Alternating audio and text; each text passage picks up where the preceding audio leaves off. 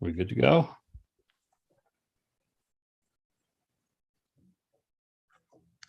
We're getting indication that we're streaming live, Scott. We're good to go. Excellent. Thank you, everybody, and welcome to the September 26, 2022 Board of Selectmen meeting, which I will call to order now. This open meeting of the Northborough Board of Selectmen is being conducted remotely, consistent with the July 16, 2022 Act relative to extending certain COVID-19 measures adopted during the state of emergency. All members of the Northborough Board of Selectmen are allowed and encouraged to participate remotely. This order allows the Northborough Board of Selectmen to meet entirely remotely so long as reasonable public access is afforded so that the public can follow along with the deliberations of the meeting.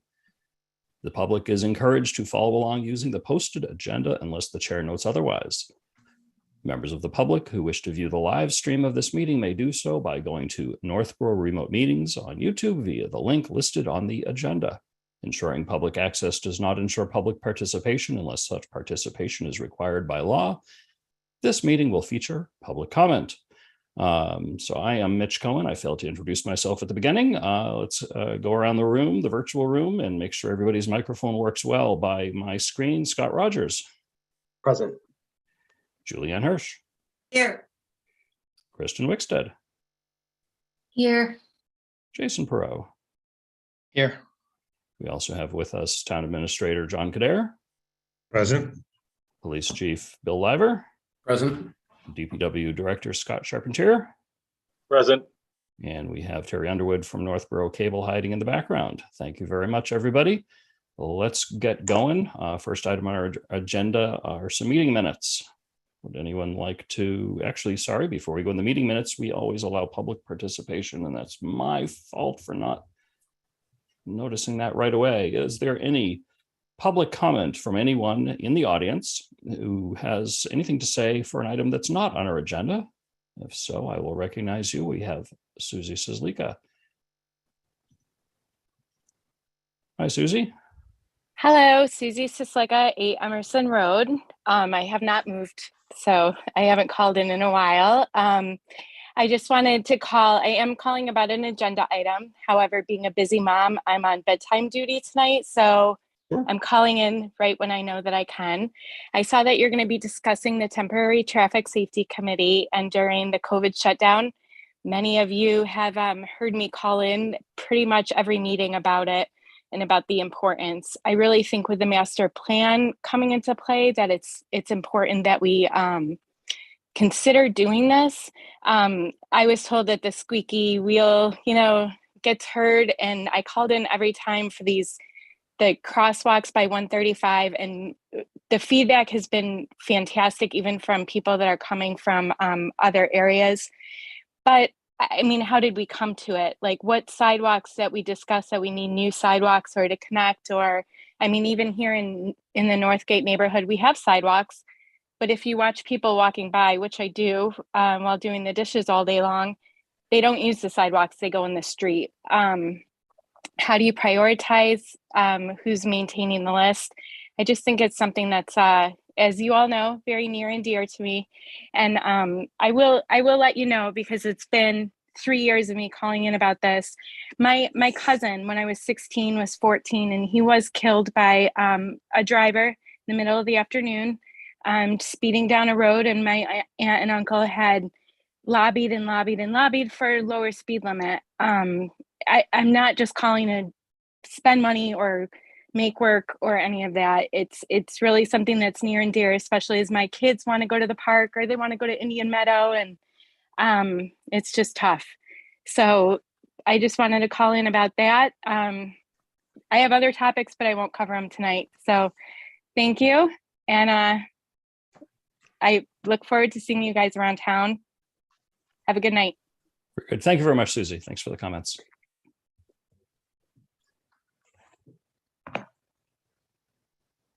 Okay, and Susie, there we go. Susie lowered her hand. If anyone else would like to speak during this opening part of the public comments, let us know. If not, we'll continue on. Going once, going twice, gone. Now it's time for meeting minutes.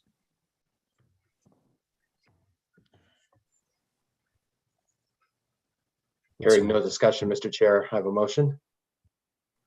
Sure. I move to approve the meeting minutes of September 12th, 2022 as presented. Second. Okay, motion made by Scott, seconded by Julianne. Any discussion? Okay, Scott Rogers. Oh, I'm sorry, Jason, you have your. Yeah, just noting Yeah. that there was a very minor typographical thing that I communicated to Diane Wackel, so she's going to take care of that, but it's not substantive to the meeting minutes. Good. Just Works for me. Okay, any other discussion? All right, motion made by Scott, seconded by Julianne. Okay, Scott, how do you vote? Aye. Jason? aye. Kristen? Abstain. Julianne? Aye. I also vote aye. Vote is unanimous in favor with one abstention. And we will move along to next item, which is the continued public hearing. So I will, well, we already have the public hearing open, but I'll reopen the public hearing to consider poll petition 305-79396 from Massachusetts Electric Company, DBA National Grid, and Verizon New England for a new poll location on Pine Haven Drive. So let's see, Scott, do you want to give us a little bit of an update, or John, whoever would like to, and then we'll see if anyone, members or audience want to add in. We have our town engineer, Fred Litchfield, as an attendee who can Hey, speak we to can it. do I that. believe we also may have the representative from National Grid. I don't recognize the Okay. number, but Okay, Fred, I'm going to bring you in now as a panelist.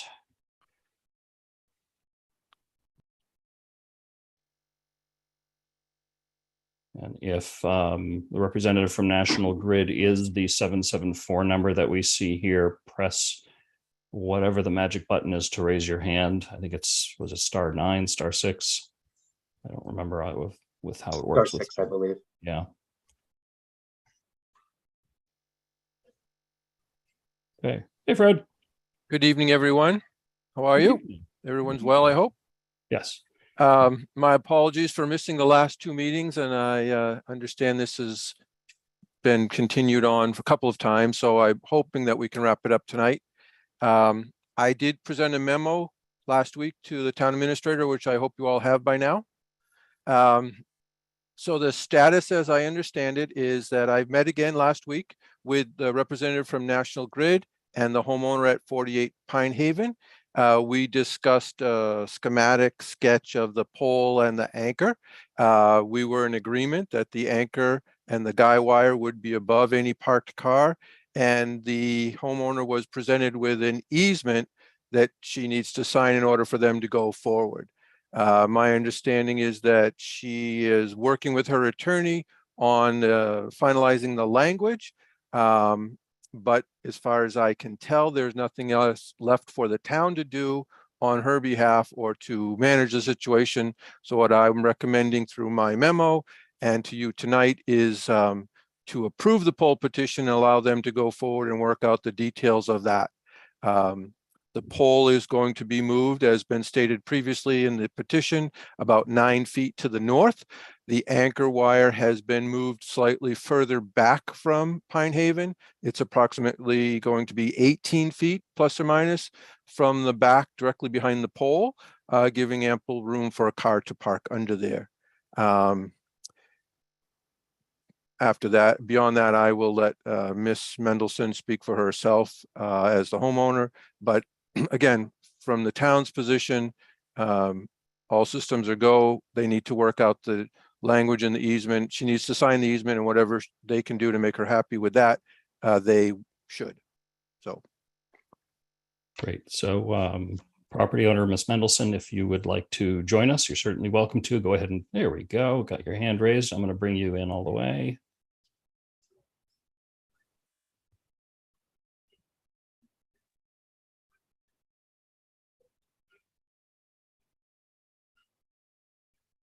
Michelle, if you could unmute, and I'll leave the video on or off at your discretion. Hello. Hi there. So I know you've been following this very closely, and you and I did speak over the weekend also. and seemed to be consistent with what we heard from Fred. But I think it's important for the board to hear from you as the active property owner in the area. Yeah, thank you. So yes, I agree with everything that Fred has said, and the memo that he wrote up dated September 23rd. I agree with everything in there. Between the last meeting and this meeting, National Grid did come up with a rudimentary sketch that showed height of the pole, angle, how far out the anchor would be, and I was able to calculate from that and taking some measurements just how much clearance there would be from my car. Some of you may recall last time there was a question at the meeting about how far up that kind of corner tree the guy wire would hit, and from my calculations it appears to be about the 15 to 16 feet that National Grid had said, so I was happy with that. It's enough for a car clearance. You know, I was fine with that. All of that detail is great. None of it appears in the current easement. So I am working with my attorney and got a contact today at National Grid to work into getting some of or any of that detail into the easement. Excellent. Thank you very much. Does anyone have any board members have any questions for Ms. Mendelson or otherwise? Scott? Yeah, thank you. Just in terms of 18 feet from the pole, do we have a measurement on how far that is into the property and the distance for the easement? If you're asking me, the easement that I was given, the original easement I was given had absolutely no numerical measurements in it. I then pushed back and asked to please have a number in here. And so it says plus or minus 18 feet is the only measurement in it right now, which seems like a circle around the pole to me, which also doesn't seem quite accurate. So again, like I said, trying to get some in there. Perhaps Fred can talk a little bit more to the specifics of your question about the 18 feet. Fred, do you have any other detail you could add? I do. The 18 feet, we actually measured the folks from National Grid put a stake in the ground as to where they intend to install the anchor. So we physically measured from the pole, proposed pole location to the proposed anchor location. That was 18 feet. The question arises as to exactly where the right-of-way line is. We did not survey the property based upon the GIS. The currently proposed new pole location is probably 2 or 3 feet in front of the right-of-way line, so that anchor will be approximately 14 to 16 feet onto her property. If you look at the pole and then direction directly to the anchor, the guy wire appears to be right at the very edge of the pavement for the parking space that Ms. Mendelson's trying to maintain. And so it appears as though there should be no conflict regardless of where that wire falls. It's very edge of that pavement, but I can't say for certain how far the anchor is onto her property.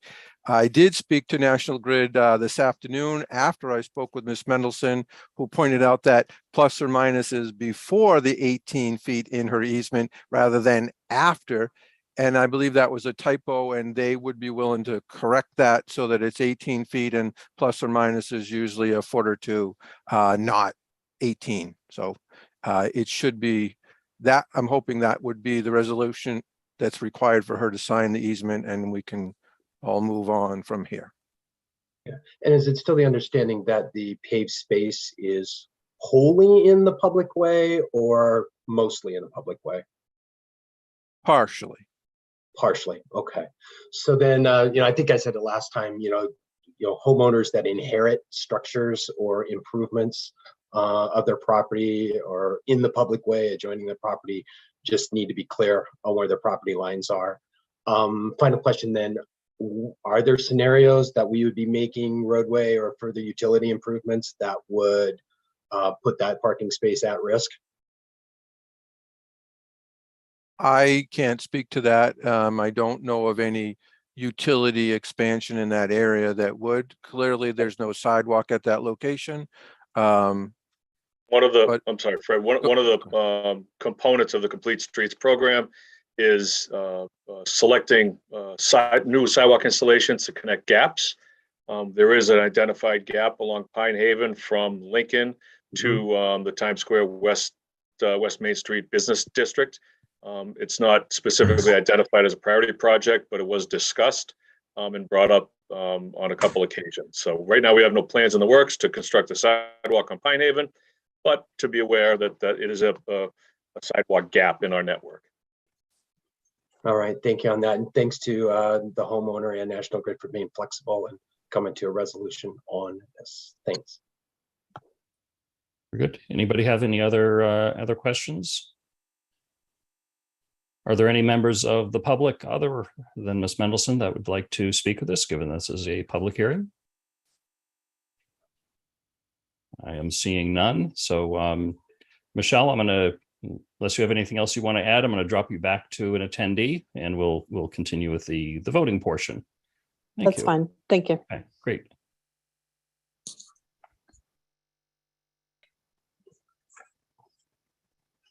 All right. It sounds like we're ready to move along. Next step would be to close the public hearing, which. Mr. Chairman, I move that we close the public hearing on poll petition 305-79396. Second. Okay, motion made by Julianne, and I'll give the second to Jason. Any other discussion? All those in favor, Julianne, Aye. Jason, Aye. Kristen, Aye. Scott, Aye.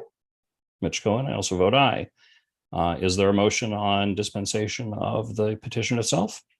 Mr. Chairman, I move the board vote to approve poll petition 305-79396 as submitted by Massachusetts Electric Company doing business as National Grid and Verizon New England, allowing utility pole number 10 to be relocated approximately 9 feet plus or minus to the north along Pine Haven Drive, and a new anchor to be installed 18 feet plus or minus directly behind the new pole, subject to approval of an easement from the current landowner at 48 Pine Haven Drive. Second. Okay, motion made by Julianne, seconded by Scott. Any other discussion? All those in favor, Jason, Aye. Kristen, Aye. Scott, Aye. Julianne. Aye.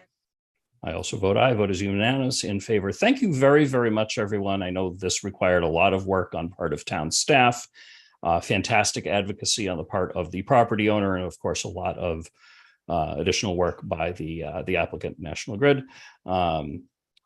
So I think this worked out very well. Fred, I think it's time I can drop you back down to an attendee if that's all right with you. Nope, I'm out. Thank you very much, and appreciate the time that you gave me. Good night. Thank you very much for the help.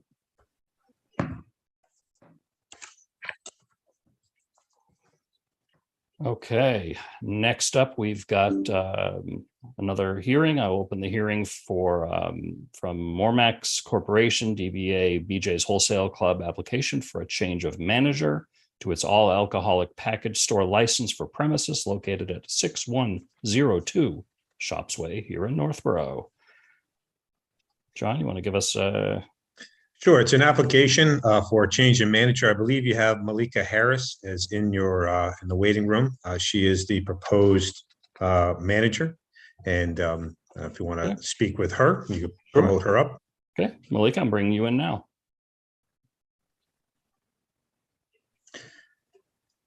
As she's coming in, as you can see from your meeting packet, she has experience in the retail sale of alcohol. She's tip certified. And as always, Lieutenant Griffin, the police department, did a thorough background check, indicated he has no concerns at all with her becoming the holder of the manager's license.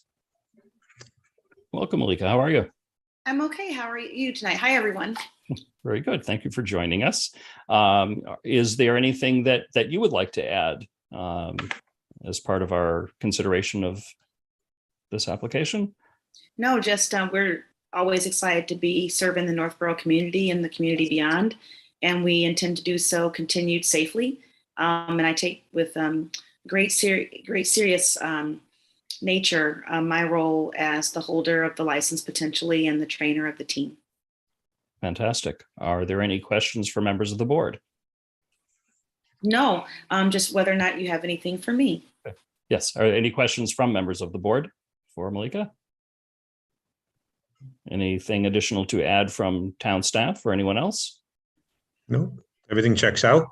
Okay, fantastic.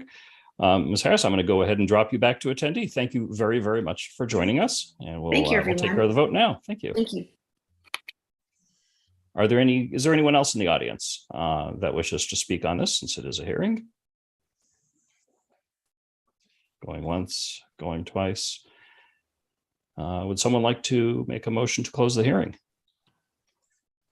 Mr. Chairman, I move that we close the hearing for Mormax Corporation doing business as BJ's Wholesale Club for their change of manager. Second. Motion made by Julianne, seconded by Scott. All those in, any other discussion? All those in favor, let's see, Julianne. Aye. Kristen. Aye. Scott. Aye. Jason. Aye. I also vote aye. Vote is unanimous in favor. The hearing is closed. Is there a motion on dispensation of the application? I move the board vote to approve the application to change the manager as submitted by Mormax Corporation DBA BJ's Wholesale Club for their all alcoholic package store license for premises located at 6102 Shops Way. Second. I'll give the second to Scott. Motions by Kristen. Any other discussion? All those in favor, Kristen. Oh, Aye. I'm sorry. Was there discussion? No. No. Okay. Kristen, how do you vote? Aye. Jason. Aye. Scott. Aye. Julianne. Aye. I also vote aye. Vote is unanimous in favor. Congratulations, Ms. Harris. And I think we're all set with that item. Moving speedily along in our agenda, which is rare for us, but I'll take it. Next item is consideration of an open meeting law response for a complaint filed by a Patrick Higgins and Associates. John, why don't you tell us a little bit about this? So following your meeting on September 12th, we did receive, as you've indicated, an open meeting law complaint. It was filed by Patrick Higgins and Associates out of Alabama. So the complaint is dated September 15th. Copy of it is in your packet, so you can see. There are two agenda items that are focused on as the basis of the complaint. One is regarding the recommendation for appointments to the Board of Library Trustees, Scholarship Committee, and the Board of Registrars. And then the second component of the complaint is regarding the way the agenda read for the executive session for collective bargaining.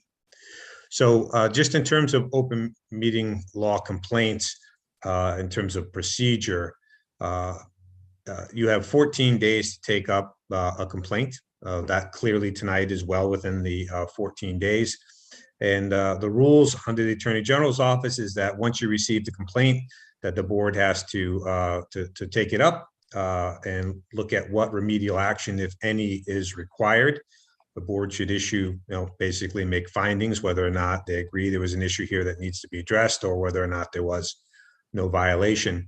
The next thing is that I would be required then to send the board's response to the complainant with a copy to the Attorney General's office. So with regard to the complaint, I've consulted with town council. And so at this point, I believe there is a technical violation with regard to the posting of the agenda for the executive session. So the Attorney General's office advises that when you post for an executive session specific to a union collective bargaining, that you should list the union. So again, this isn't a huge issue, but just for the record, we took up discussions regarding the Northborough Municipal Employees Association and the dispatchers union were the two that we were in discussions with at that night.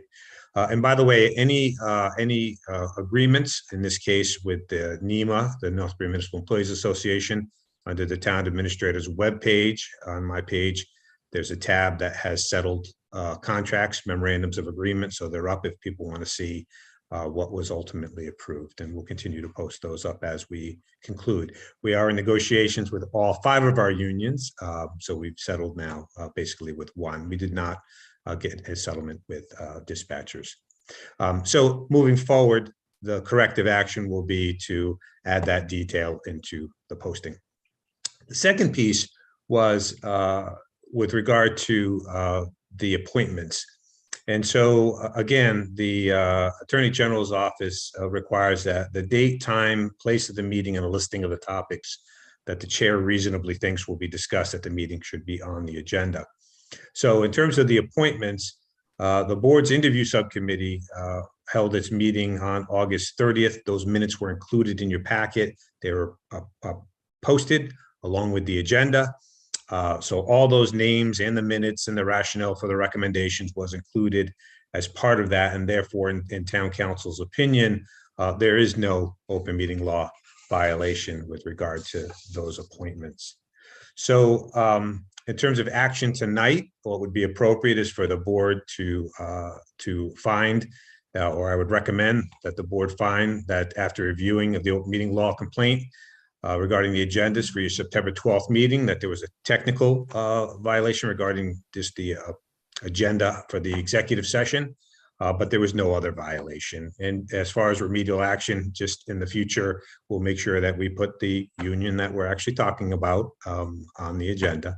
And that would be what I would recommend this evening to resolve the complaint. And once the board does that, then I would send a letter again to the complainant as well as the AG's office, so everybody's on the same page about what transpired. If I can answer any questions you may have, or if the board, it's pretty straightforward. Scott?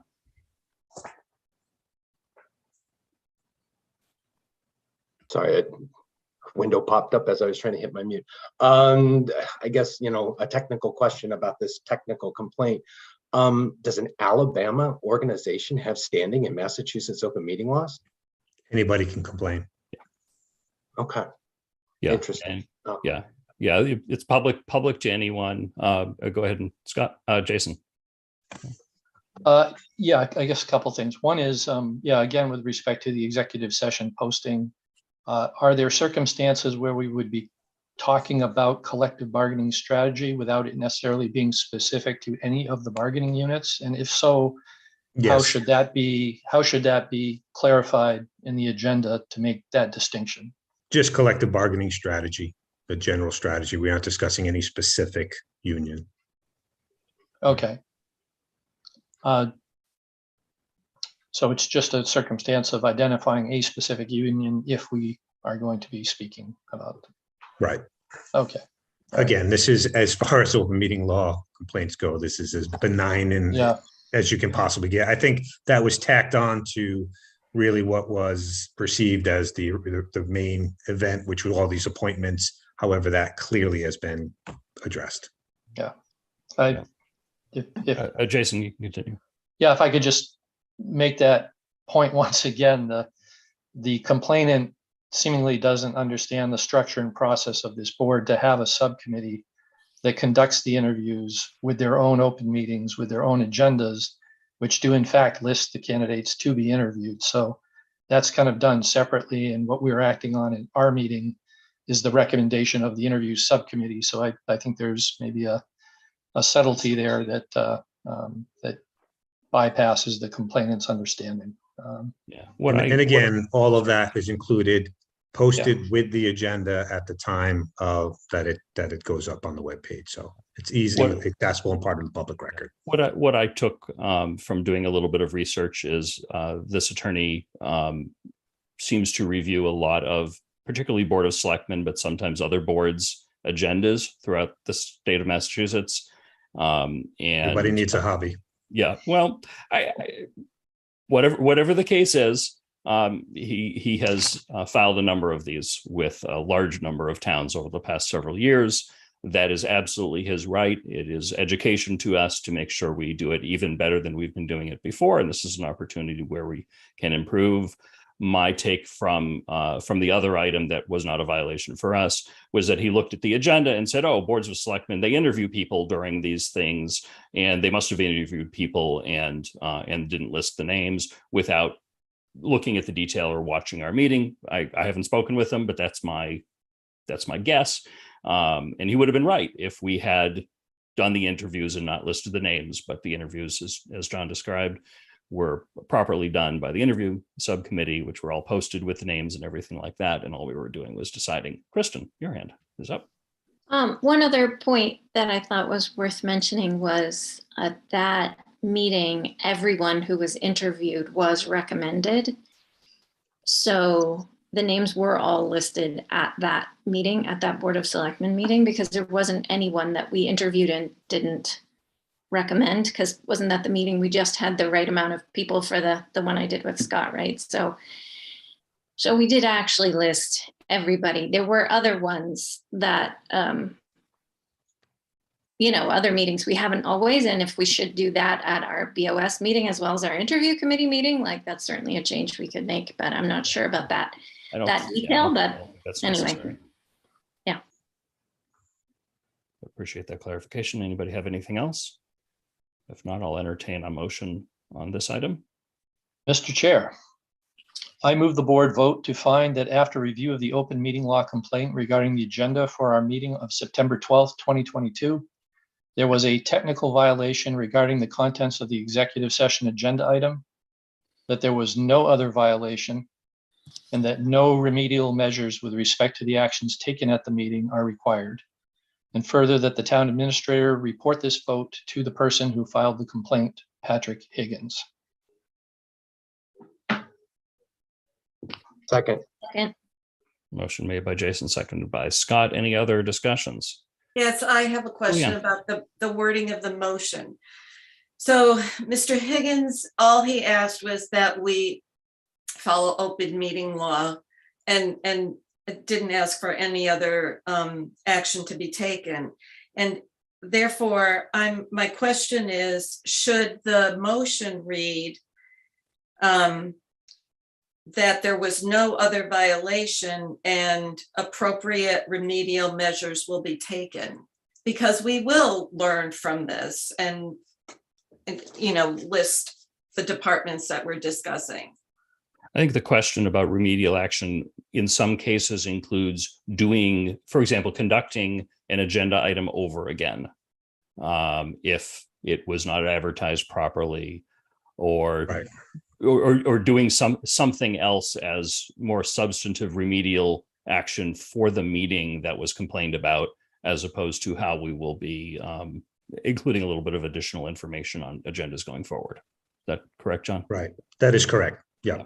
Great. There is no real remedial actions that need to be taken. So just moving forward, we'll make that change to the posting, and there's no other violation. So the motion as stated is what should get approved. Did that answer your question, Julianne? Yes, thank you. Okay, any other questions? All right, again, motion made by Jason, seconded by Scott. All those in favor, Jason? Aye. Scott? Aye. Kristen? Aye. Julianne? Aye. I also vote aye. Vote is unanimous in favor. Thank you very much. And so, John, you'll be speaking with... I'll take care of the follow-up on behalf of the board. Thank you. Fantastic. Thank you very much. Next up, we have DPW Director Scott Charpentier to talk about fee schedules for snow removal. Thank you, Mr. Chairman. Charpentier, take it away. Yep, thank you. So this is our annual discussion about snow removal on private ways. We provide that service, DPW does, for two private roads off of Maple Street. There's Maple Lane and Harris Ave. We've been doing that for a number of years. Every year we reevaluate the fee we charge to the neighborhoods for providing the service. It's snow removal as well as salt treatment. It's part of our same routine around town. We provide the same service to them as we do the other municipal roadways. Last year, the cost was $215. This year, we're proposing a 2.3% increase, $5. We're bringing it up to $220 per treatment per storm. The neighbors were notified on a memorandum dated September 7th, so a few days thereafter when they received it in the mail, of the proposed increase, as well as the meeting being conducted tonight. Great. Thank you very much. So we charge per storm as opposed to per foot of snow or anything like that, just to make it simple. Is that accurate? Well, it charging per depth wouldn't bear hard to well manage. financially. If we have an inch of ice, we're going to put 7 trips of salt down. If we have 6 inches of light fluffy snow, we may go twice. Mm-hmm. Makes perfect sense. Appreciate it. Any questions from the board? If none, I'll entertain a motion. Mr. Chair, I move the board vote to set the fees for plowing and treatment of private ways less than 3,000 feet for the 2022-2023 winter season as follows. $220 per storm per private way for plowing, $220 per storm per private way for treatment. Second. Okay, motion's made by Scott, seconded by Kristen. Any other discussion? All those in favor. Kristen, how do you vote? Aye. Scott? Aye. Julianne? Aye. Jason? Aye. I also vote aye. Vote is unanimous in favor. Thank you very much. Thank you, Mr. Chairman. Thank you, board. Sure, thank you. Next up on our agenda is the consideration of the creation of a temporary traffic and safety committee. This came from me, from the board, as well as from input that we received from a very large number of members of the public. And I know that the board has discussed this in the past before my time here. So it's been a little while. The issues that come up, there are a lot of issues regarding traffic and safety that people mention. We get a lot of emails. Certainly, we've talked a lot about trucks in certain areas of town. A caller earlier in the meeting mentioned pedestrian crossings that she was very involved with. I think a very successful couple of crosswalks that were put in, or the lighting at the crosswalks that were put in. People talk about, there are questions about sidewalks and things like that. And a large number of people have said, why don't we have a traffic and safety committee? And they'll mention this town that has one and that town that has one. And I've always thought it's in principle a good idea to have something like that, but there is no standard. There is no that we can look at, every adjacent town and say, oh, everybody does it exactly the same way. Some towns have them, some towns don't. And the towns that have them do them all sorts of different ways. So the idea behind this is let's move forward with something and let a group of citizens figure that out and come back to us with recommendations. So I'd like to hear from members of the board as to that idea. I'm proposing in the motion I distributed earlier is open-ended only in that, in 12 months or less, that temporary traffic and safety committee comes back to us with a set of recommendations as to who should serve on that committee, how many people, what the charge should be, and so forth. And as soon as they've given those recommendations, or as soon as 12 months have lapsed, that committee ceases to exist. Because it may also come to be that maybe once we hear back from that committee, whatever we hear back, we decide that we don't want to have a permanent traffic and safety committee. And that's a legitimate outcome. As would be forming something like that. So that's kind of the idea behind this. I would propose that we, if we do move forward with this tonight, that once it goes to the interview committee, they look for people that are of a diverse nature in terms of the geography and interests around town. It would not serve the town as a whole very well if it was all made up of people that live near warehouses, or all made up of people that are only concerned with pedestrian crossings in one part of town or anything like that. I want this to be successful, but their job will be to go ahead and look at the towns in the state and to come up with a set of recommendations that they feel would work well for the town of Northborough. With that, I'll open it up to any input, and I see a lot of people dialed in that may have comments. Go ahead and raise your hand, but we'll hear from the board first. Jason. Thank you, Mr. Chair. I have a couple of questions. Your insert into the packet for this meeting characterizes this as essentially an ad hoc study committee, if I understand it, Reasonable. to survey what is going on in other towns, and based on that, come back with a recommendation. The motion, the draft language of the motion for this item seems to presuppose that the recommendation will be to create a committee and simply clarify the details of how it's composed and what its charge is. And that's Is my that fault. the circumstance, That's my fault for crafting that motion poorly. Typically, as far as the public is concerned, how the sausage is made, John usually crafts the motions. They get sent to the chair. The chair distributes them. Because this was a board-driven initiative, John didn't include a motion. That's not his fault. I didn't notice that until about 15 minutes before the meeting that it wasn't there. So I threw something together so there would be something. I think it is appropriate to, one way or another, have that motion be clear that the recommendation of that temporary committee may very well be to do nothing. And if they can't come up with something that they feel that works for the town of Northborough, I think that's adequate, and I'd listen to them. Thank you. Any other members of the board? Kristen? So I did a very unofficial poll, but I used my Selectmen Facebook page months ago. I don't even remember when I did it. I think it was in the spring. And I just asked people to comment with traffic and safety concerns, and it just completely blew up. And there were a lot more comments than I expected. So what I did to try and make it a little more useful information and not so anecdotal, I created an Excel spreadsheet. And I ended up with 31 separate complaints from people all over town. And by separate, I mean the locations don't repeat.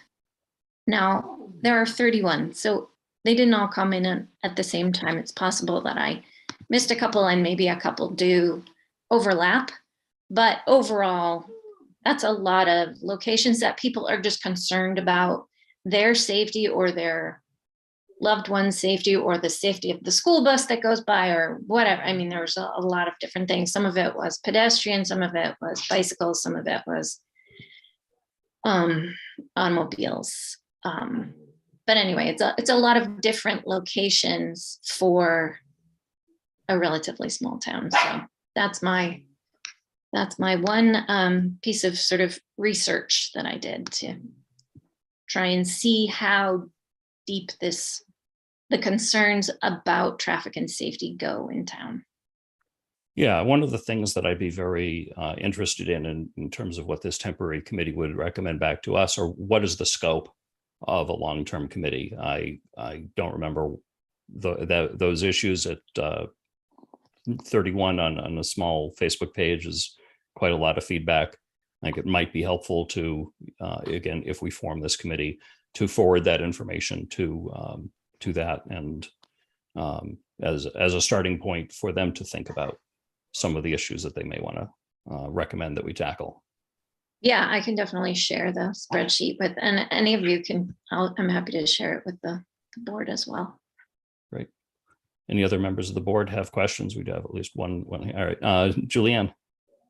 So thank you, Kristen, for accumulating data scientifically. I think we all know in our heart that traffic is a problem in town and is becoming increasingly a problem. So I mean, personally, I would support this committee.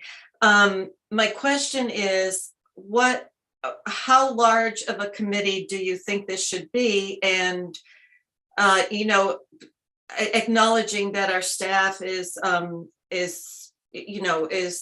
stretched thin with other projects. Initially, would you see a staff person on this or not? Would it just be the citizens and maybe a representative from our board? I think we need to kind of figure out the composition of the committee, or would Sure. that because we're going to have interviews, right? Yeah. So I mean, it's open. This is a temporary committee. There, as I said, there is no standard for how to do this, so we can do it the way that we feel is best. I would imagine nothing larger than 5 people. I don't think it needs to be very large because the scope is actually pretty narrow for this committee. The permanent committee, I don't know. I certainly think that there should be some staff involvement as far as bouncing ideas off of staff and say, you know, what will work here? Do we have people that do this sort of work? But I sort of imagine that most of the research is going to be done by committee members of, contacting, officials in other towns, whether it be elected or appointed officials, where there are these traffic and study committees, and finding out, again, what works, what doesn't work. But then, my hope is that we have some agreement with staff before it comes back to us. How those details worked out, I'm fine leaving to the members that we appoint. But again, my suggestion is around 5. It can certainly have a representative of this board. It doesn't have to. It's kind of my thinking. Did anyone else? Did it answer your question, Julianne? Yes, but I would almost say 5 citizens, 5 residents, plus 1 Board of Selectmen member, plus maybe 1 planning board member, and then a staff person who doesn't, I don't think necessarily have to be a department head, but someone who, who has knowledge of the rules and regulations of roadway.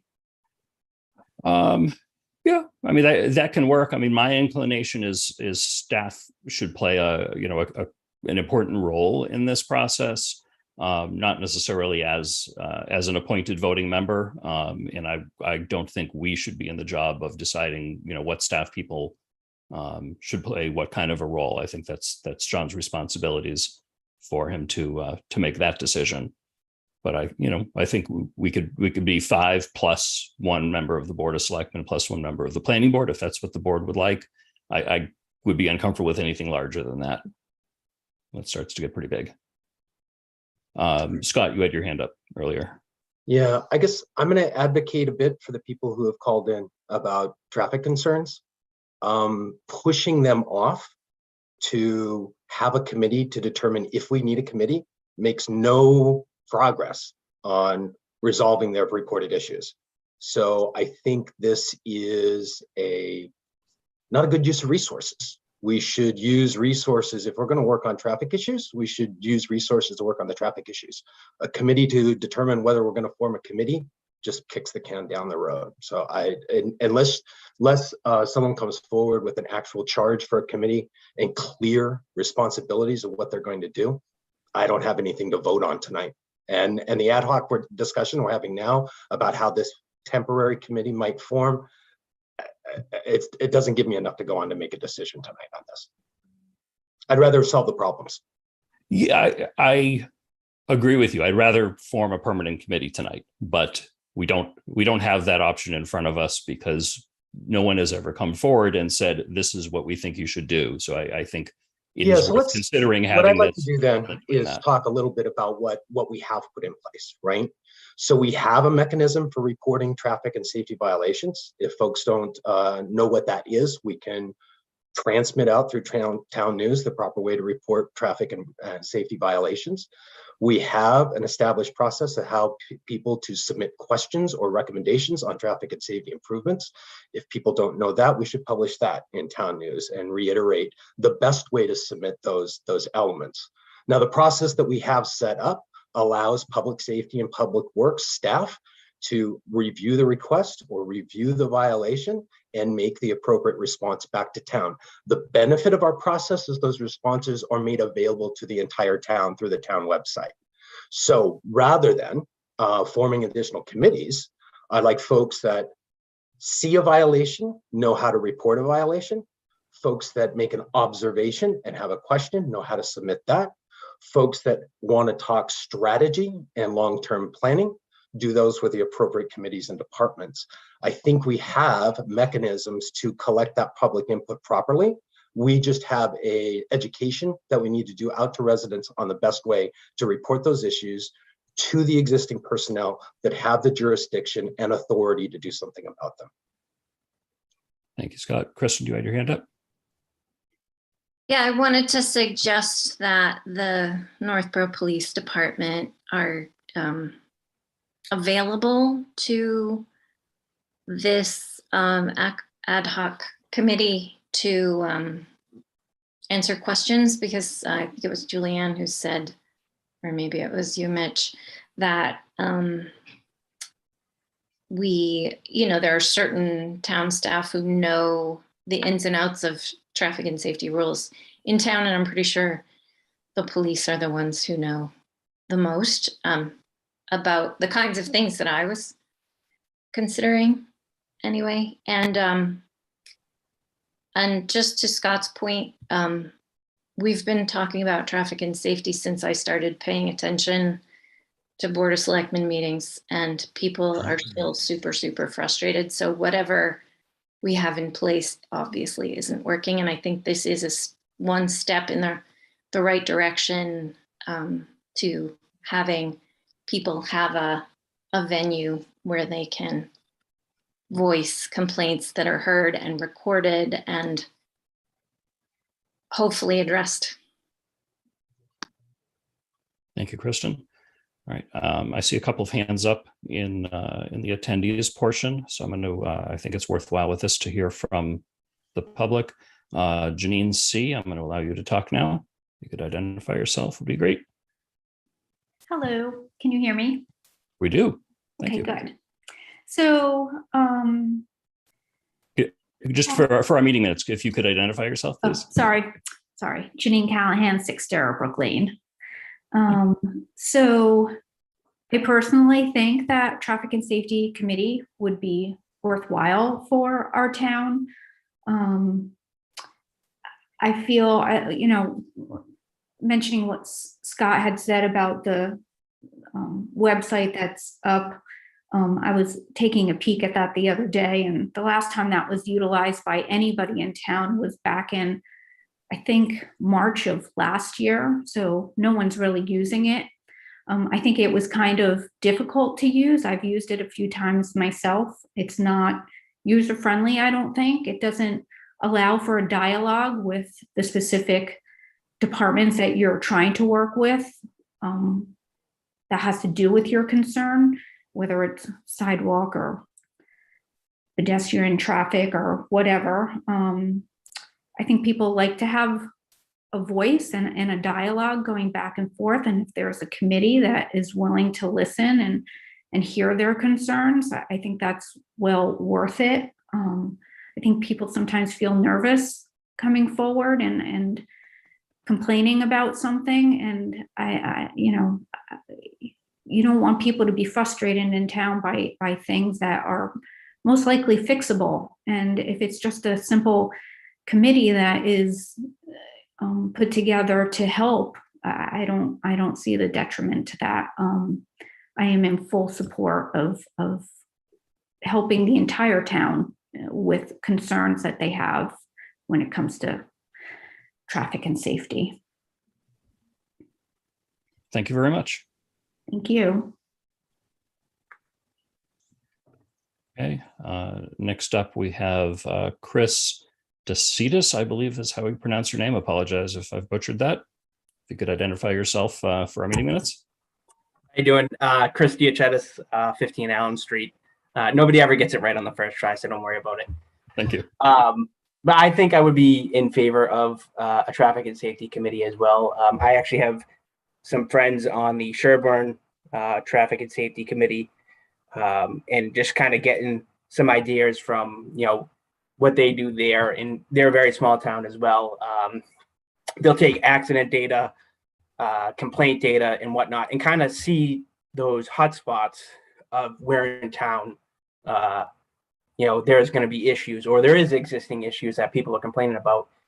And they'll bring that to, they'll talk it over with the police and the different departments throughout the town, that they can come up with an action plan, go after any funding that's out there to kind of help get the ball rolling.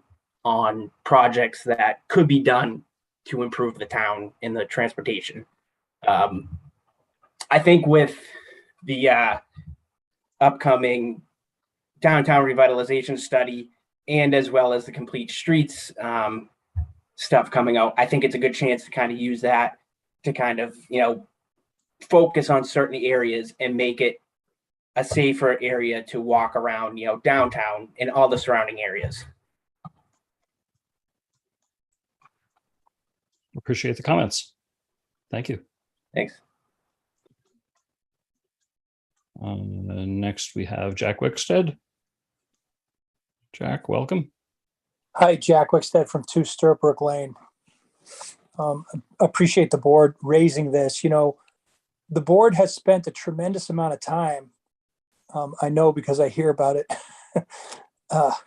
And I've been at a lot of these meetings where you guys spend a lot of time dealing with these kind of, discussions about, ongoing issues with Amazon and traffic. And I'm not sure this is really a Board of Selectmen issue. You guys deal with so many issues.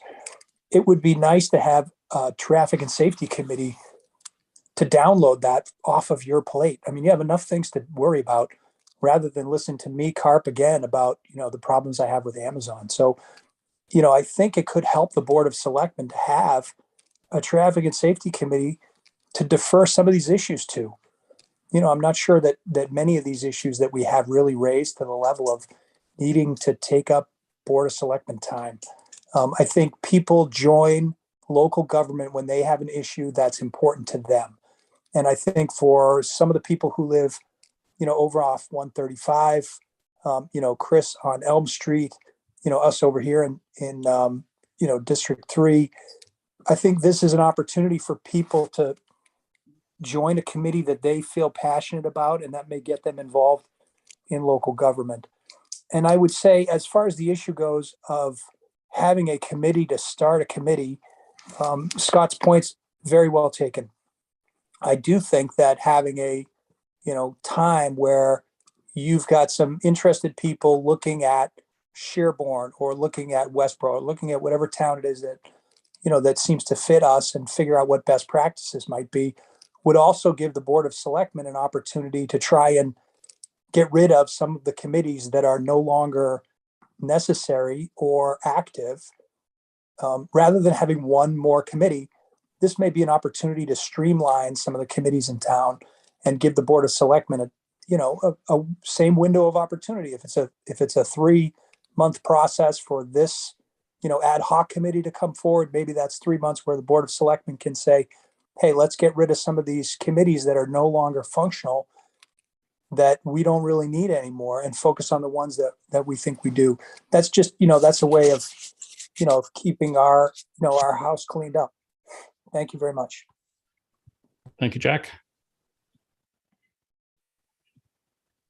Next up, we have Joe and Jen Scalise. I assume it's one or the other, but if whoever it is, if you could identify yourself, please. Hi, this is Jennifer Scalise. Can you hear me? Yes, we do. Thank you, Jennifer. Awesome. I'm over at 206 South Street, so it's 135.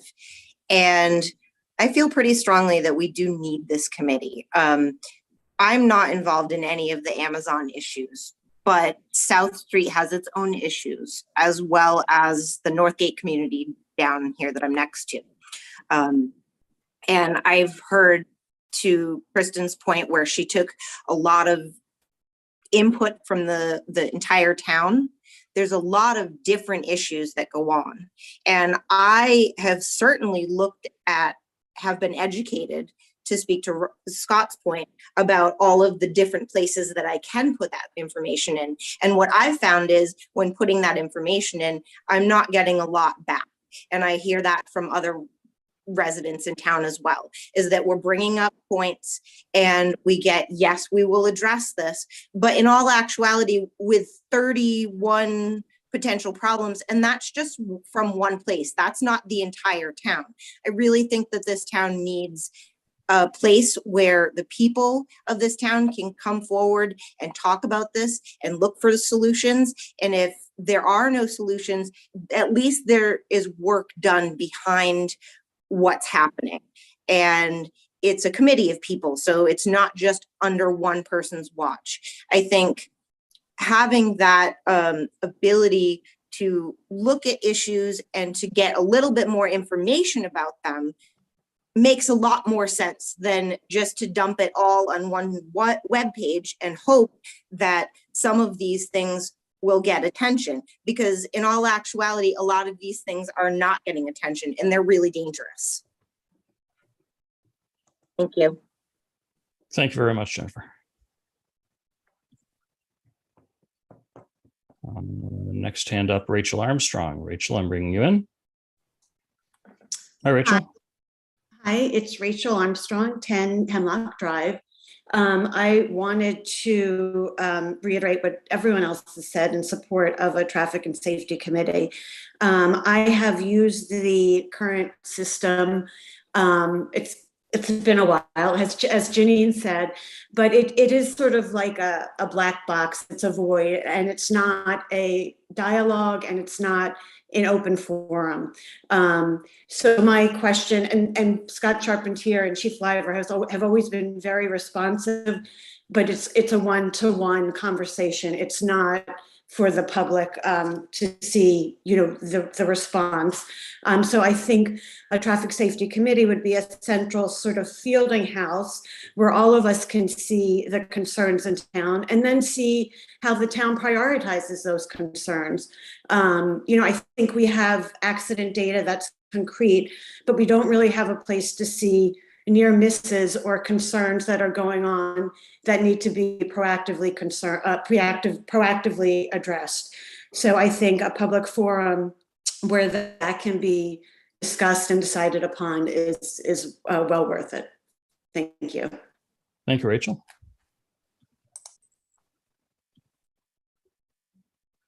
I don't see any other current hands up from the audience. Any members of the board or others in attendance have any other comments at this time? Yeah. Julian. Can I take a turn? Yep. So Scott, Jason, you'll be up next. I got you. To Scott's point about solving the problem, I really appreciate that. And we'd all like to get all of this solved as quickly as possible. The current mechanisms that we have for people to have input, people have spoken, and it might be working at town hall, but it's not satisfying to the residents. One of the things that's missing for the board is when somebody writes a complaint on, at one of the websites, we have no idea how many other people have complained about that issue. Let's just say the corner of Main Street and South Street. We might see one or two complaints, but we don't know who called DPW, who called the police. This is kind of an area where we can get all of that data together, and evidence-based decisions are all, I think we can all acknowledge, are best. And, if this committee will do that and help with prioritizing this problem needs to be attacked first, this problem needs to be attacked second, I think that's an extreme benefit of having a committee like this. And that's all I have to say right now. Thank you, Julianne. Jason, you had your hand up. Yeah, I'm just wondering what kind of committee we're talking about now. Are we talking about a study committee to decide whether to form a traffic committee, or are we talking about a traffic committee itself? I mean, my overall objection is not objection. I guess my goal is I think we should have a traffic and safety committee, a permanent one. I don't know exactly what that form is. I don't know what that charge is. And rather than me privately doing a little bit of research, I think we should have some of the town residents that are very, very vested in the outcome of this do some of that research and come back to us with a recommendation. Kristen. So if that's your goal, your ultimate goal, but this is like a step towards that ultimate goal, could we say that there's a relatively short amount of time, like in this, if we do vote on an ad hoc committee tonight, could we say how many weeks? Or at least I put in how many weeks? Sure. I mean, I put in 12 months into the proposed motion, just like on the outside. I hope that it could be done faster. I thought about doing 3 months or 6 months, but I know sometimes we vote on creating this now. We've got to advertise, interview, appoint. Sometimes that can take a couple of months. I didn't want to eat into that and have that be like, gee, you have to get it done 6 months from tonight. And by the way, you're not even going to be able to have your first meeting for another 2 or 3 months. So I set that as the outside. I would certainly ask, if we go forward with this, that they move expeditiously to go ahead and get this process started, or again, come back to us and say, we don't think we should do this, or they may make a recommendation that we disagree with. But give us that tool to go ahead and move forward with that. I'll add a little bit to what I think it was Ms. Scalise mentioned about an open forum. That's one of the things that I agree with also. I think I have put in one, I wouldn't even call it a complaint. There was a plow that took down a stop sign around the corner from my house. I filled out the form. This is probably 3 years ago. I got an email back from Scott at the DPW within 15 minutes that said, we'll go take a look at it. And the next time I looked at it, it was fixed. So I don't have any big problems myself, but I think it's good to go ahead and collect that data. And maybe that data is being collected and we don't see it. I don't know. But let this group figure some of this stuff out. Jason, I'm sorry, before I hand it over to you, Scott, Jason, did you have anything else that you wanted to add? I don't remember if I saw your hand. I guess I just have the concern that at this point, we don't have a clear description of the composition of this committee, the charge of the committee, as precisely as would satisfy me to be able to take action on it tonight. Scott? I just say, Mitch, your anecdote proved my point. Right? DPW resolve the issue, answer the question with. But I don't. But for example, I don't know. I'll use this as an extreme example. I really doubt this is the case, but I don't know. Do plows knock over 30 stop signs every time we have a storm? And that kind of data could be collected. Again, I'm just building on the example that I gave. A lot of times it works great. A lot of times we hear from the public again and again and again about the same issues. And I would like to give the public a greater tool to hopefully improve the situation to their satisfaction. Yeah, so would I. So my issue worked out fine. Clear definition and what actions a resident should take if they see a violation. That's something we can publish, and have a clear process. If you see it first, define what are violations or what might be merely observation. And I don't want to publish that information, and folks can get it, and it'll be taken care of, and issues will be resolved. What's not effective is a committee to decide whether to form a committee. What's not effective is emails back and forth to board members. Instead, we need to have a clear and well-defined process of how folks to report problems and how those problems are dispensed. And we had attempted to set that up. People are refusing to use it. Maybe there's some problems with usability. But if we use the established processes and we use the established authorities that have the jurisdiction over those topics, I think we can get something done. Right now, what we see, unfortunately, as a board, we see about the same 6 people representing a particular area in the town report observations to us. Some of those are violations. We need to give them a clear way to report that. And that's been working really well with Dr. Wickstead's morning reports. I think chief might want to have a different way to have those be reported, but that's at least being addressed. I think we use the resources we have to get something accomplished rather than stretch overwhelmed resources to form a committee to determine if we need a committee. Either come up with a charge for a traffic and safety committee, somebody go survey other towns. That can take one person to survey other towns. You don't need a committee to survey. Come up with a charge, put it in front of us. But right now I have this amorphous committee to form a committee, and I've got a list of problems from concerned residents. I'd rather focus on those problems. I'd rather take our time here tonight picking one issue, and I bet in 30 seconds we could brainstorm who's the right staff member or who's the right committee to give that issue to. and dispense with it. I'd rather have those discussions here rather than not knowing what we're voting on tonight. I think what we're potentially voting on tonight is simply to form a committee to make recommendations to us. I'd rather have that come from a group rather than an individual. I did consider doing the survey myself, but then it's just my own input, my own recommendations. I'd rather have a few people do that and do that in public. Any other, Julianne? So when we formed the Diversity and Inclusion Committee, that's the model we use. We said it would be a temporary committee for a year and they would come to us with recommendations. One of their recommendations was a permanent committee. Look at all the time we're spending talking about it now, how much time we've spent on it month after month. And for whatever reason, it's things are not working optimally for a lot of people. So let this group that we formed tonight hash all of that out and come back to us. I agree with you, Scott. We'd like to get this done as quickly as possible. We can change, we can say that they have to come to us with recommendations in 3 months. If they need more time, they can come to us and say they need more time. But I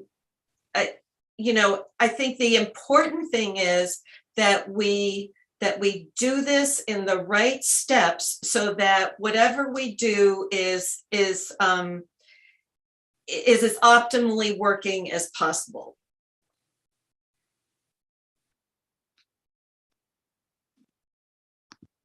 Okay. Any other comments, questions?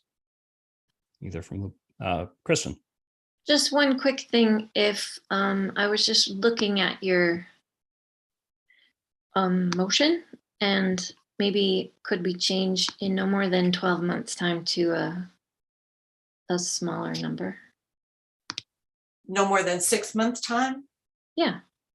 Also on the motion, I would add, and this is something we should discuss now, I would add that the committee be composed of 5 residents, a member of Board of Selectmen, a member of Planning Board, and then Mitch, you suggested that staff choose whomever they think is appropriate to attend the meeting. Yeah, I mean, I would certainly look to John to make the determination as to what staff members should participate and to what extent. I don't think we should be in the business of dictating that. Scott. Final comment or final question, and it's a two-parter. I would like to know from town administration, from public safety and public works, their thoughts on this and what their recommendation would be to better investigate and resolve traffic issues in town. Okay, John, do you want to take that? So a lot of discussion tonight, and I know we've had a discussion regarding traffic and safety committees, traffic safety committees in the past. I guess my biggest concern, we can form as many committees as the board would like to study as many issues as the board would like, and that's not a snarky comment. That's just the reality. It's something that the board wants done, we can do it. My bigger concern, frankly, is just the resources that a committee like this is going to take up, given the very, very broad scope potential scope that I'm hearing. We did, the last time this came up, a survey of all the area communities, who has committees, what do they do? They all have 3 to 6 staff members voting for the record, staff members on those, because you need police, you need DPW engineering, you need planning, and in some instances, the fire department is also involved in those. It's very labor intensive, and I've commented to the board in the past and recently about the number of very large initiatives and projects that we have before us at the moment. A number of these committees, when you look at them, You know, like Westboro has a 12-member board with 6 staff on it, and they only look at bike and pedestrian only. That's it. That's the extent of what they do. And half of them have none, and then a number of them have just staff committees as we have functioned as we've gone along. I guess the issue for me is just resources. The departments that are taxed right now are my office, police, DPW, engineering, soon to be planning. You know, we have a master plan implementation committee that's also a downtown master plan. We've added the White Cliffs committee. We have a fire station building committee. We're about to start a town offices feasibility study committee. We also have all the initiatives that Scott Charpentier has brought forward. You know, between the green communities, the complete streets, the master plans for the sidewalks. There's a lot of things that we've got going here. My honest concern to you tonight is just that we really need to take a look at what are our priorities amongst all the things I listed, and where does traffic, adding a new committee that's going to take a minimum of 3 staff, where does that fit in, and what additional resources can be brought to bear to make this manageable? Because this is, tonight, we scrambled tonight. Scott Charpentier, the DPW director, is hosting the webinar tonight because we didn't have a host. We are scrambling to get hosts and clerks to do minutes and postings because everything is being done through Zoom at the moment. Again, not a bad thing, but it is more work. Everything is added to the workload, and I think at some point we need to have a discussion. We're there about staffing in general. You know, we don't have all these assistant positions that a number of these other communities have. And we have a lot of, I'd say at the moment, we have an extraordinary number of significant, large initiatives that's taking up the time of the very departments we're talking about adding another project to. So again, we can do whatever the board wants,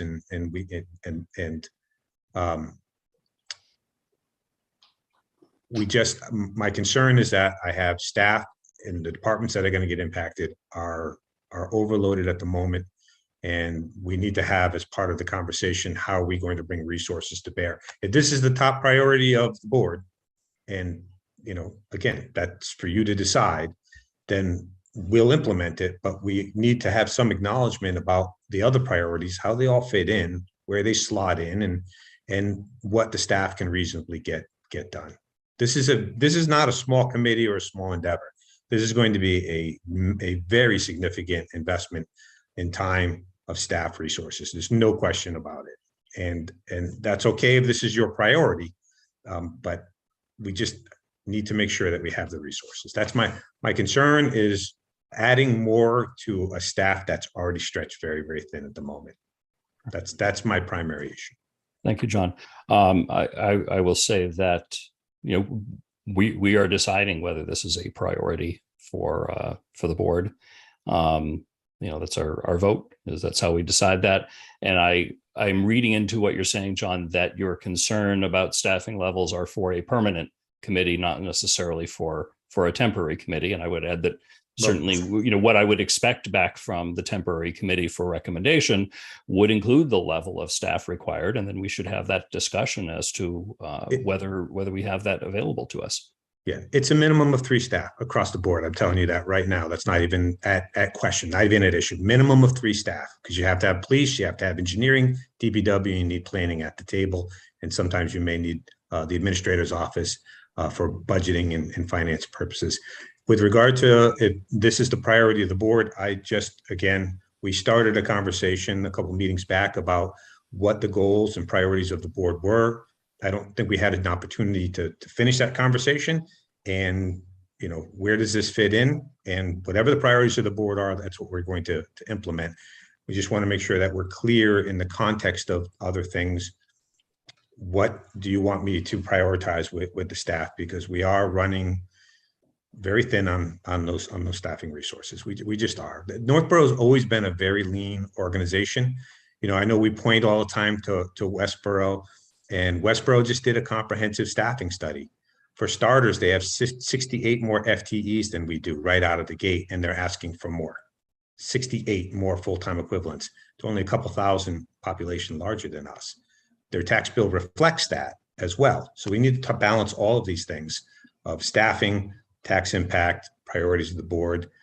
If we don't do it holistically and look at all of this together, we're going to get out of balance. And I need to make sure that what I'm demanding of my staff and what you're demanding of me is reasonable, and we have a reasonable chance of delivering what you actually want and being successful as an organization. And that's my concern right now, that bigger discussion about what are all the priorities that we should be focusing on, where does this fit in, and what are we doing to make sure that we have the resources and the staffing to be successful.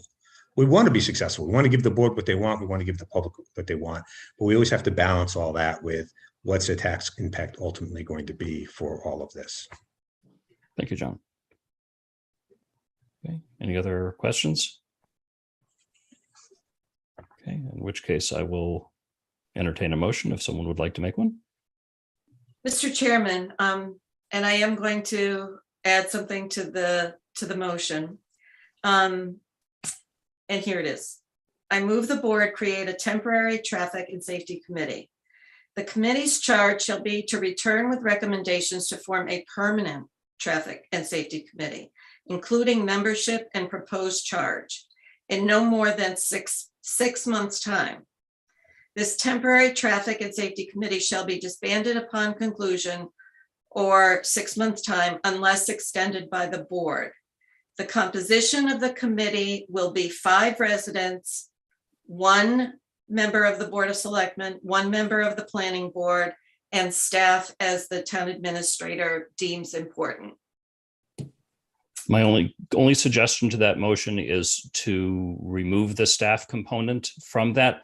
John, I'm sure will assign staff to participate in that. I just want to make it clear that the members of the committee are the 7 as you're proposing, and whatever staff members John wants to participate would participate as well. I don't think we have to qualify that. Okay, That then I reasonable? will move that as corrected and amended by the chairperson. Okay, is there a second? I would second it, but are you going to do more discussion? Well, we need a second. Okay, Before, second. okay, motion's been made and seconded. Discussion, Kristen. And then Jason, I'll go right to you.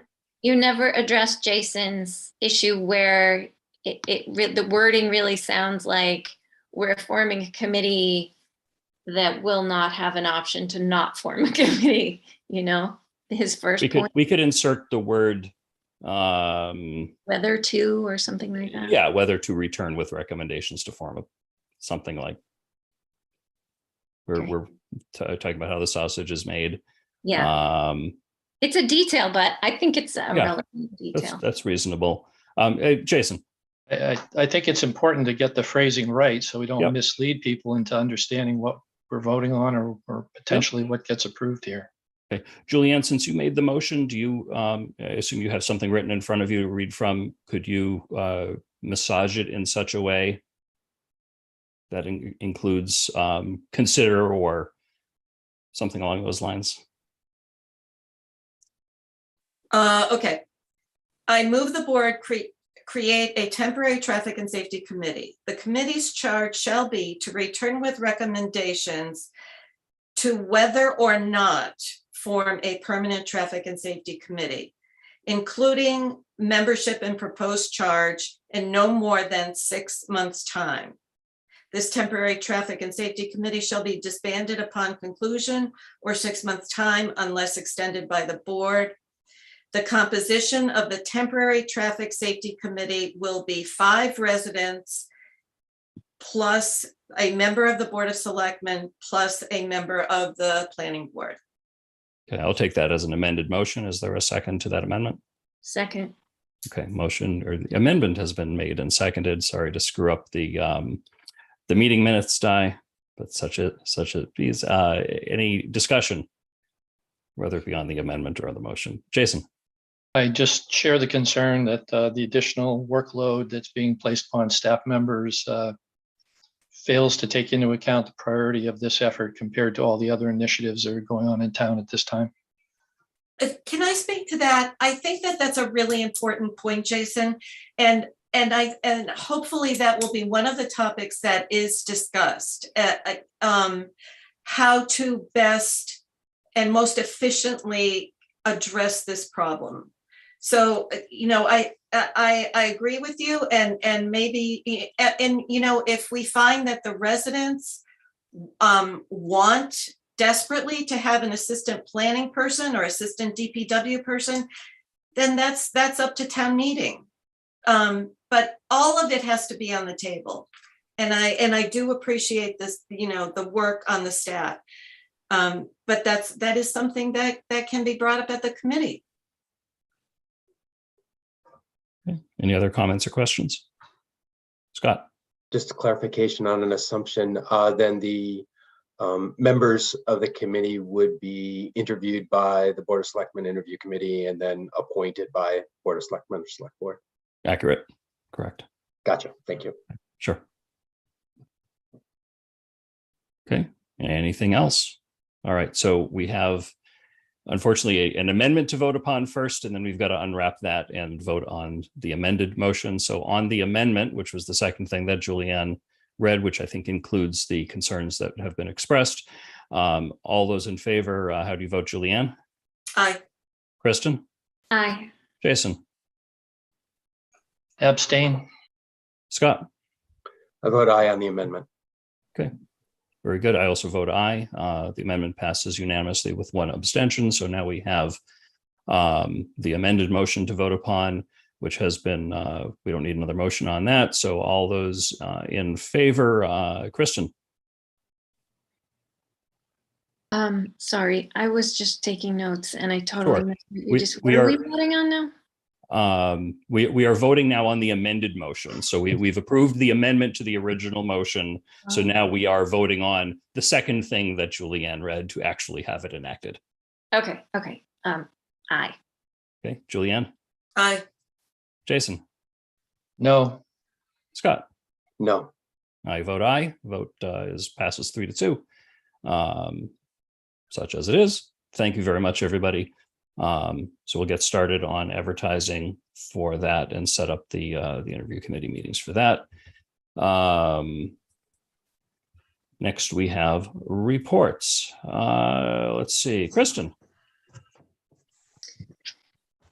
Okay. My report is short. I'm sure everyone's happy about that. Thank you to all the volunteers who made AppleFest such a wonderful community building event this year.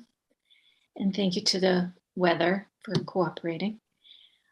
Cheers to the Northborough Historical Society for their annual bake sale. Love that so much. And for letting people use their bathrooms. I had a couple of people talk to me about the bathroom situation during AppleFest, and it occurred to me that the Historical Society really comes through.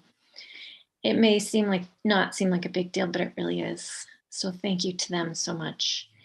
The Solar Jazz Fest was very fun, and it was really interesting to see all the electric cars and the hybrids lined up on the lawn of the church, and the music was fantastic and the food was fantastic. Great job there.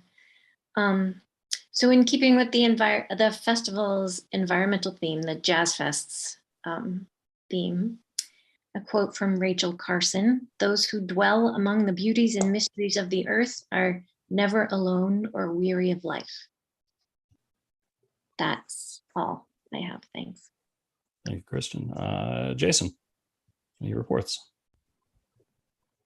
Thank you, Mr. Chair. I just want to thank all the organizations involved with AppleFest. Another successful year and excellent weather, fortunately, throughout the weekend. So that was certainly very favorable. AppleFest committee, Burroughs Cares for Troops, Rotary are three in particular that I'll cite for their frequent efforts over the years to assist with the activities. I want to thank former select person Leslie Rattan for providing the board with the banner that she had arranged to create some years back so that we can walk in a parade with something that indicates who we are, if anyone's wondering. And then finally, somewhat more somber note, Just condolences to the Nyami family who suffered a loss, unfortunately. Very, very sad situation. We certainly give our condolences to the family. And then finally, remiss in not noting this at our prior meeting, but September 4th, 2014, this past year, it was the 8th anniversary of the loss of Brian Arsenault in Afghanistan. Just wanted to make note of that for the board and for the public. So thank you. That concludes my report. Thank you, Jason. Scott, your report. Yeah, thank you, Mr. Chair. Yeah, also my condolences to the Nyami family on their loss. And also congratulations to organizers of and businesses that supported and residents that attended Apple Fest. That was great to see everybody enjoy the weekend of events that we had. From the Conservation Commission, they continue to review a substantial number of applications and issues. I'd like to publicly recognize our new conservation agent, Vinny Vitale, and the members of the commission for the exceptional way they conduct their hearings and the work they're doing protecting the wetlands. From the Greater Boroughs Partnership for Health and the Board of Health, we may see a regional website for the dashboard reporting that's done out of the Boroughs Partnership. You should have seen on Town News the booster clinics for COVID-19, as well as the flu clinics that are planned. I would ask that people that schedule an appointment, please show up so that the doses that are extracted for you do not go to waste. Unfortunately, we saw waste in the last clinic, and we just need people, if you make an appointment, please show up for it. We can't use it for somebody else once it comes out of the freezer. And look for other wellness events under the community calendar. From the Groundwater Advisory Committee, I think we'll be seeing Aspen Aerogels on November 7th. They've made it through some recommended conditions for the special permit from the advisory committee. The planning board has approved their special permit, and so I think they're to us on the final round of what they need for their chemical storage. Then finally, I attended a webinar on the planned improvements to Route 20 in Shrewsbury, just past Northborough Crossing. The plans include improved traffic lighting, traffic lights and traffic signaling, I should say that, bike and pedestrian ways along the north side of that route, and then roundabouts to better make the intersections at Walnut and Vanetti, the YMCA intersection, and the South Street, Green Street intersections better.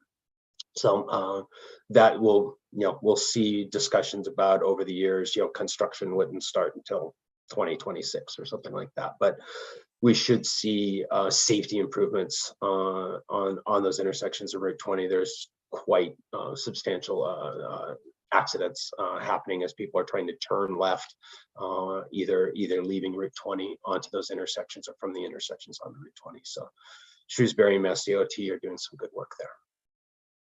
That ends my report. Thank you, Scott. Julianne, do you have a report? I do. Thank you, Mr. Chairman.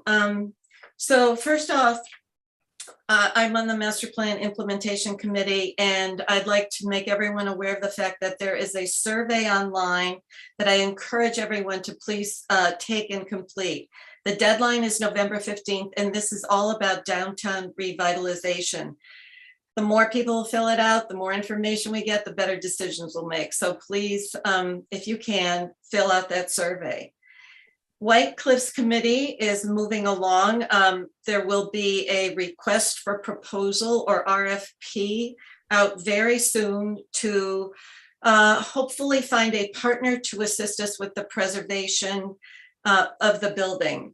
And I just want to, Brett Pelletier came to our last meeting, and I just want to remind people that the five points that we really are looking for in this RFP are: number one, preservation and restoration of the building, that the entire property and landscaping is considered, an agreement whereby the residents of the town will have some access or use of the building.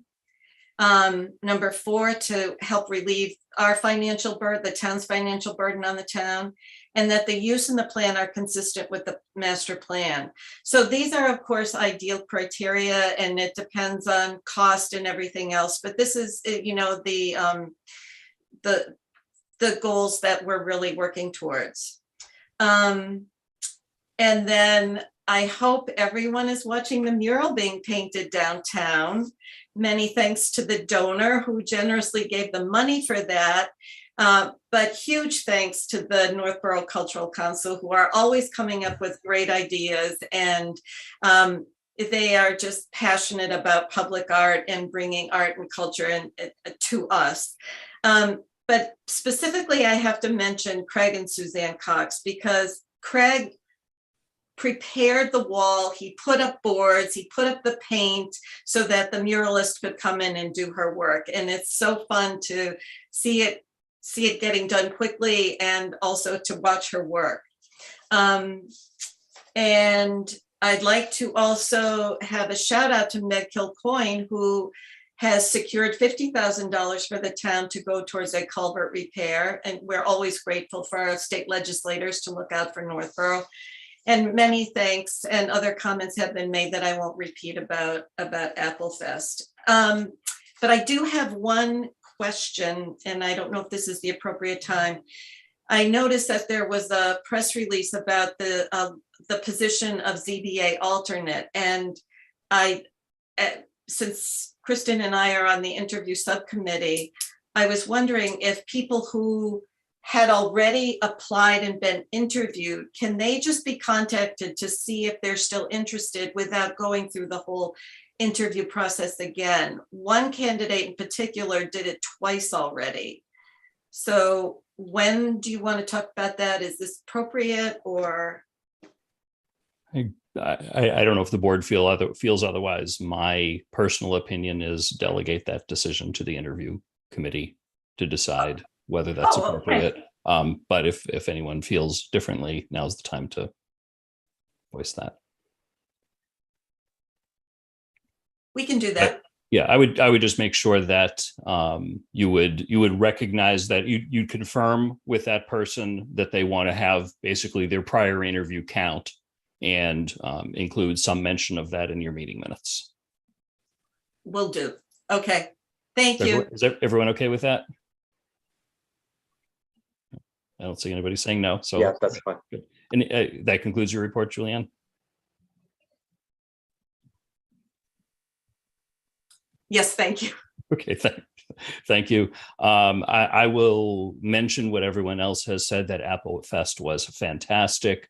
The weather, all of the events I went to, I couldn't go to absolutely everything, but I went to a lot of them. I ate a lot of pancakes. I ate a lot of pie, walked in all sorts of places. I got to dunk John Kader in the dunk tank. John, thank you very much for being such a good sport. I know the fire chief and police chief also participated in that.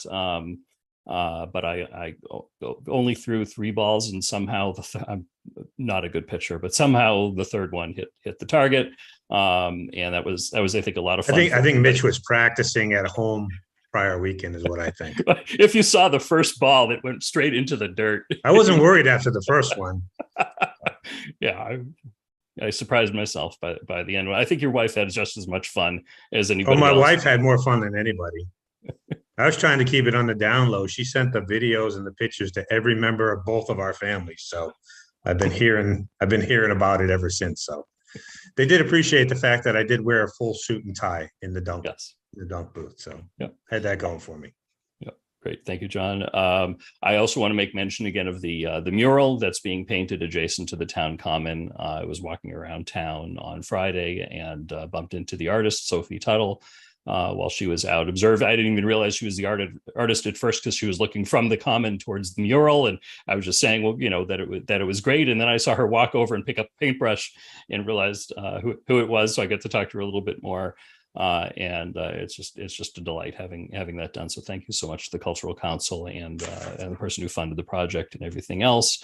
A brief mention of a traffic and safety issue that folks who live in the Bartlett Street area, of course, are aware of truck issues and questions. Amazon has committed to us that they would have a flagger out at their exit 24/7 starting yesterday. I will leave it to others to investigate whether that is happening and whether it is successful, but they have at least committed to doing that to us.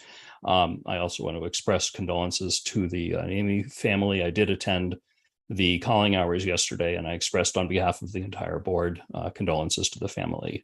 I know I was the only one that was available to make it, and I'm sure others would have if they could have. Obviously, a very sad situation.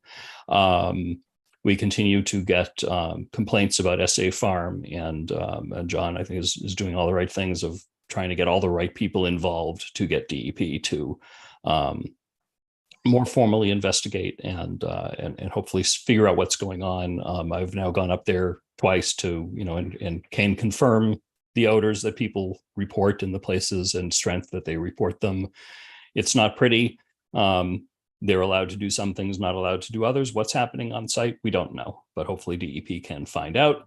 And lastly, I want to wish all Jewish residents of the town of Northborough a happy Rosh Hashanah, which is the Jewish New Year.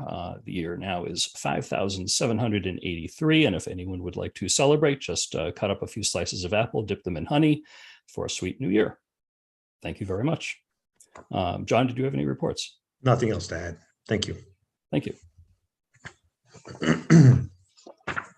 Okay, there is a cemetery deed, if someone would like to make a motion on that.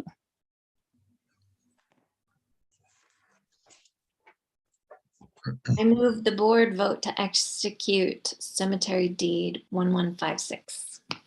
Second. Motion made by Kristen, seconded by Scott. Any other discussion? All those in favor, Scott? Aye. Kristen? Aye. Jason? Aye. Julianne? Aye. I also vote aye. Vote is unanimous in favor. Did anyone have any other business this evening? Kristen? Sorry, I probably should have mentioned this in my report, or maybe not. I don't know. Wasn't there, Julianne mentioned RFPs, and that made me think of the old fire station and the RFP for that. What's going on with that? Sure. Through the chair, if I may. Just Sure. So briefly, we did go through that whole process, and I have spoken. We have one bidder. I have spoken to that bidder multiple times. The issue was at the 11th hour, it was determined that we have a pump station on that project, and the owner of an adjacent parcel came forward and said they didn't think that the property line was correct. And so we had to have multiple surveys done. But long and short of it is that the property line is in dispute from a road widening that happened in 1910. So we're working through that. That's what's holding it up. Wow. So, and I did convey that to the proposer. So we're trying to get that resolved so that we can bring the award or the recommendation for the award to the Board of Selectmen. So everybody's anxious. Trust me, all the work is done on our part, and we're very anxious to move that project along. This is just the hiccup that's holding it up. So you said the hiccup is a question about road widening in 1910? In 1910, the survey pin was moved incorrectly. And so therefore our pump station, there's a portion of our pump station that is on somebody else's property. And it's related to that whole parcel. So it needs to get cleaned up so that we can surplus and sell the property under the RFP that we did, but we've got to give them a clean title and a clear boundary. So that's the holdup. Wow. Okay. Thank you. Yeah, it's sometimes these things, these are things that hold up closings all the time. That's why you have to go through and accept the deed, and we do a deed and a title search and all of that. So unfortunately, that's just something that we're trying to get squared away. Okay. Thanks. Sure. Appreciate you asking about that, Kristen. Thank you, John. All right. Any other business to come before the board? If not, I'll open up for any further public comment from the audience before we move along. I don't see any hands up. Going once, going twice, gone. John, I understand we have a need for an executive session this evening. Yes. Would someone like to make a motion to that effect? Mr. Chair, I move the board vote to enter into executive session pursuant to Mass General Law, Chapter 30A, Section 21, Subsection 6, real property acquisition of 10 Monroe Street, due to the chair's determination that a discussion regarding this matter in an open meeting may have a detrimental effect on the position of the board. Second. Okay, motion made by Jason, seconded by Julianne. Any other discussion? All those in favor, Kristen, Aye. Jason, Aye. Scott, Aye. Julianne. Aye. I also vote aye, vote unanimous in favor. It is time